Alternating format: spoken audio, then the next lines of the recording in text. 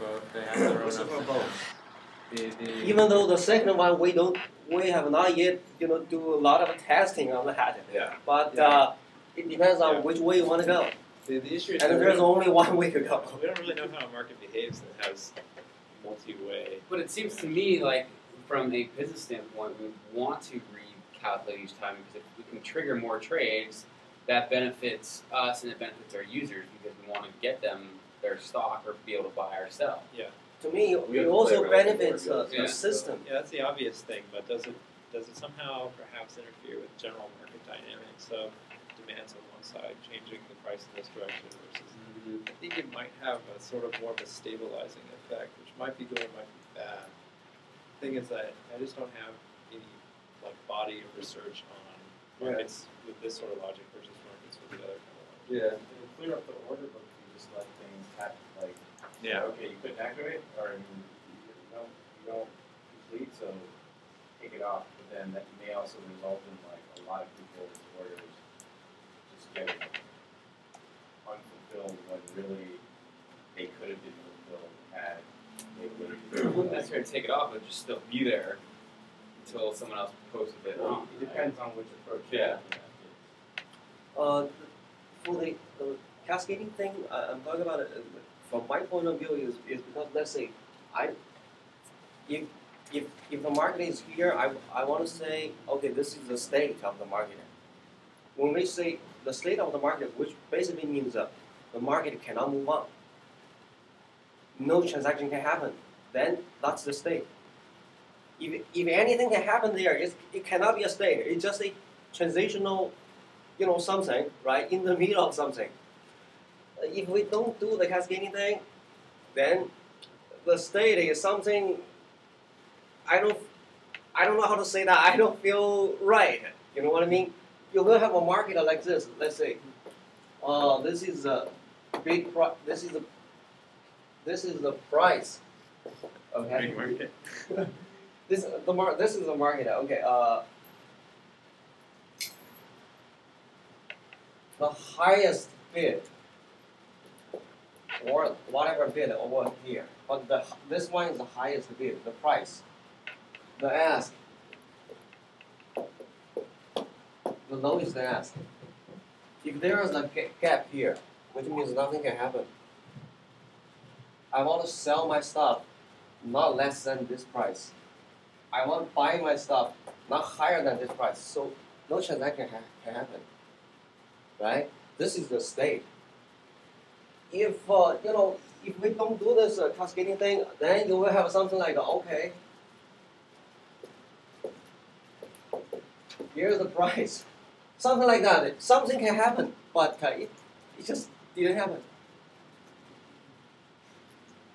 Then you got a lot of other order getting in. This will create a chaos. Yeah. But at the same time, nothing is afraid. If we do the cascading thing, the matching and stuff like that, it will take a very long time. At the same time, I'm not sure in the long run which one is better, because apparently, if I keep doing matching, well, I will make the order book, the size of the order book, very small. Therefore, it's very good. One other option we have, another idea I remember we talked about at some point, was that we could place orders and have an option be that in the event that this order gets eliminated, would you like to repost this order, have an automatic resubmission so it gets back in the system? Yeah. This whole issue came out of the fact that people will place their stop orders or even a limit order,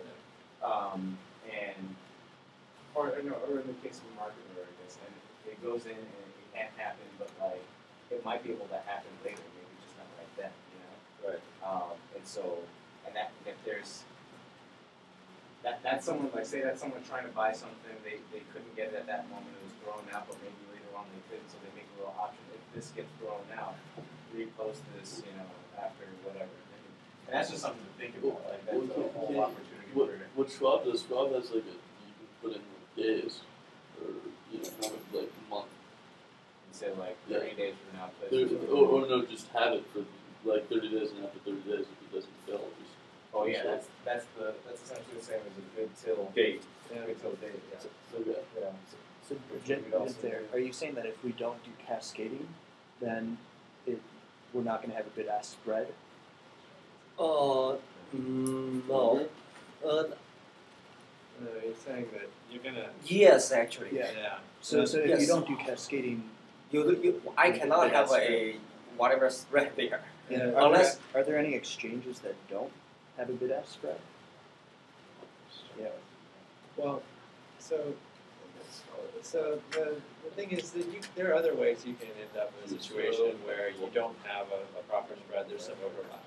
Like for instance, if somebody has a really big all or nothing, which may be aggressively priced for the market, but it's so huge that it would intersect with other orders, but it wouldn't be able to transact with them just because it's big and all or nothing. It's out of the scope of the market.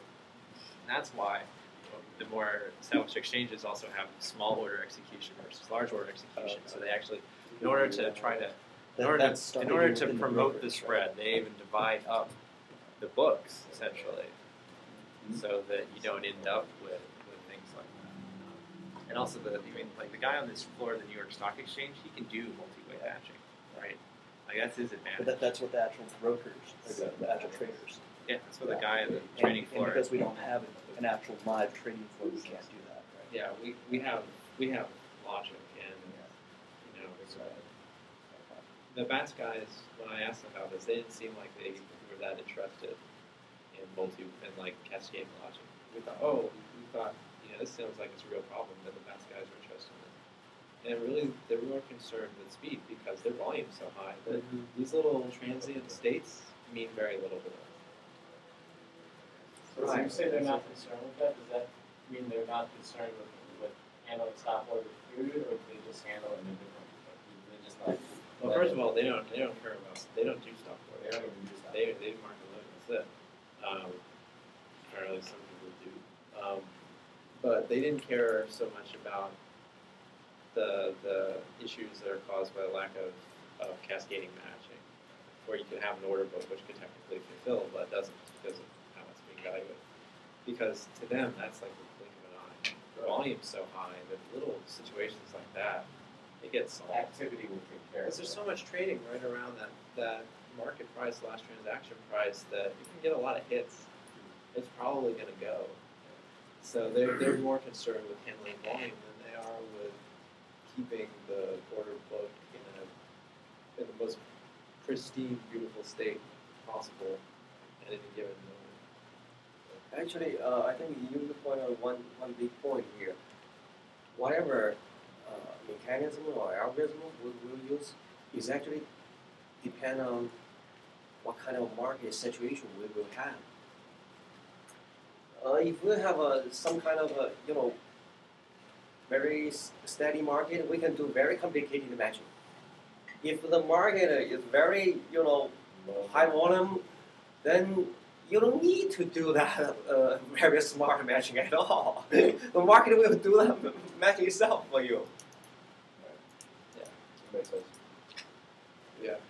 Very helpful with that. Okay, good with that. Thank you. Right? It really just depends on how much activity you have. Yeah. And the federal shareholders put up the The more activity there is, the less accurate we have to be. Because it'll figure itself out. Someone's going to place an order eventually that will cancel out whatever's in the book. But when you have those really small order books where there's like not much and there's like 10 orders and you have to figure out could something be done. And if you don't have things activate and transact with accuracy, then you have like a stale unmoving market that risk just not moving. And someone's looking at the order book like, what? Yeah, exactly. Like, should be able to transact. Yeah, exactly. You see this if you're a BD guy, you think like you're a broker dealer, like this shows like it was a fake Jensen. Yeah. Come on. Cookie hates guns. Shit, girl.